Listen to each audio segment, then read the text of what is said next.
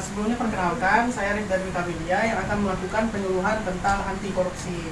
Nah, sebelum memulai penyuluhan, ini ada brosur yang akan saya bagikan yang bisa audiens baca.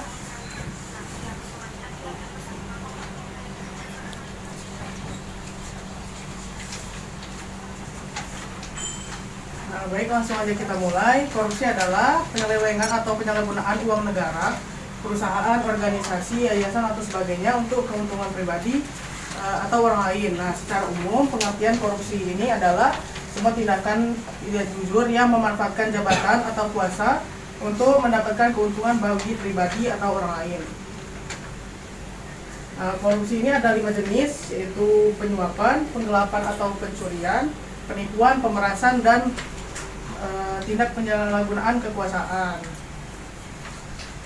Nah, penyuapan itu adalah pembayaran dalam bentuk uang atau sejenisnya yang diberikan atau diambil dalam hubungan korupsi. Dengan demikian, dalam konteks penyuapan, korupsi adalah tindakan membayar atau menerima suap. Nah, penyuapan ini biasanya dilakukan dengan tujuan untuk memuluskan atau memperlancar urusan, terutama ketika harus melewati proses birokrasi formal. Yang kedua ada penggelapan atau pencurian. Nah, penggelapan atau pencurian ini merupakan tindakan kejahatan yang menggelapkan atau mencuri uang rakyat yang dilakukan oleh pegawai pemerintah, pegawai sektor swasta atau aparat birokrasi.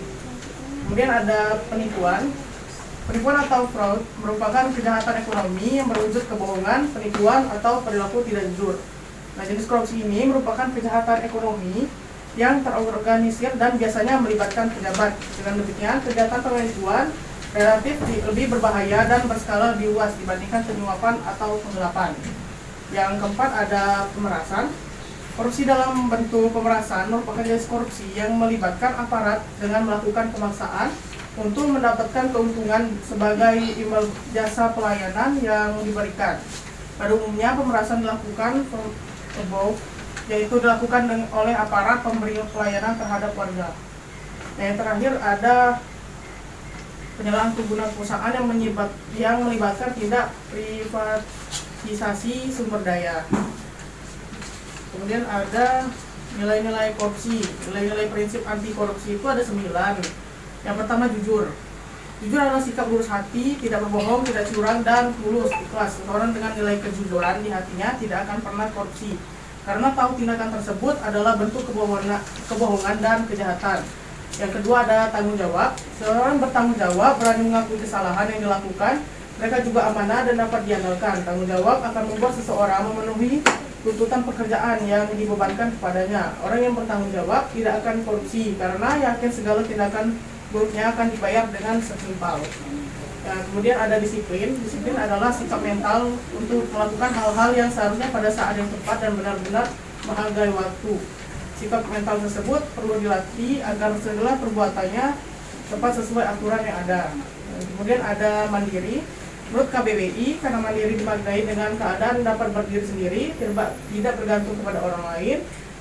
Adapun kemandirian merupakan hal atau keadaan dapat berdiri sendiri tanpa bergantung pada orang lain. Pribadi yang mandiri tentunya berani menata diri dan menjaga diri, yang terus berarti untuk menjadi kepribadian yang terpuji. Kemudian ada kerja keras. Kerja keras adalah kegiatan yang dikerjakan secara sungguh-sungguh tanpa mengenal lelah atau berhenti sebelum target kerja tercapai, dan selalu mengutamakan atau memperhatikan kepuasan hasil pada setiap kegiatan yang dilakukan. Kemudian ada sederhana. Sederhana ini memiliki pengertian bersahaja, tidak berlebih-lebihan, atau dapat dinyatakan sedang dalam arti pertengahan, tidak tinggi, tidak rendah, dan sebagainya. Kemudian ada berani. Berani adalah tidak takut menghadapi bahaya atau kesulitan. Orang yang berani memiliki hati yang mantap dan rasa percaya diri yang besar, pantang mundur dan tidak gentar. Keberanian diperlukan untuk mencegah korupsi dan melaporkan tindak pidana korupsi ke aparat. Nah, selanjutnya ada peduli.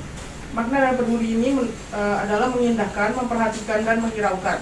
Jadi kepedulian ini berarti sikap memperhatikan kondisi sekitar dan orang lain. Pendapat lain menyebut peduli adalah sikap keberpihakan kita untuk melibatkan diri dalam persoalan, keadaan, atau kondisi di sekitar kita.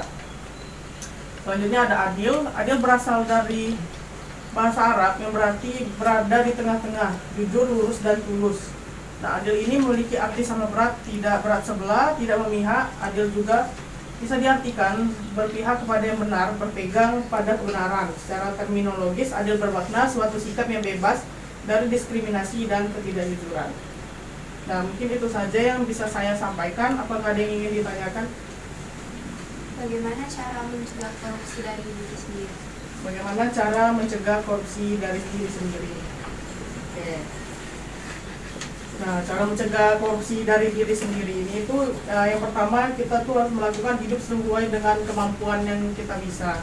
Jangan berlebihan, seperti contohnya tadi yang prinsip korupsi itu kan sederhana. Nah, hiduplah secara sederhana dengan kemampuan kita sendiri. Nah, yang kedua adalah mengatur manajemen waktu. Yang ketiga, fokus kepada kinerja dan tanggung jawab pribadi. Yang keempat, mengatur pengeluaran kita supaya tidak boros. Yang kelima, selalu bersyukur. Mungkin itu saja yang dapat saya sampaikan pada hari ini. Lebih dan kurang saya mohon maaf. Wassalamualaikum warahmatullahi wabarakatuh.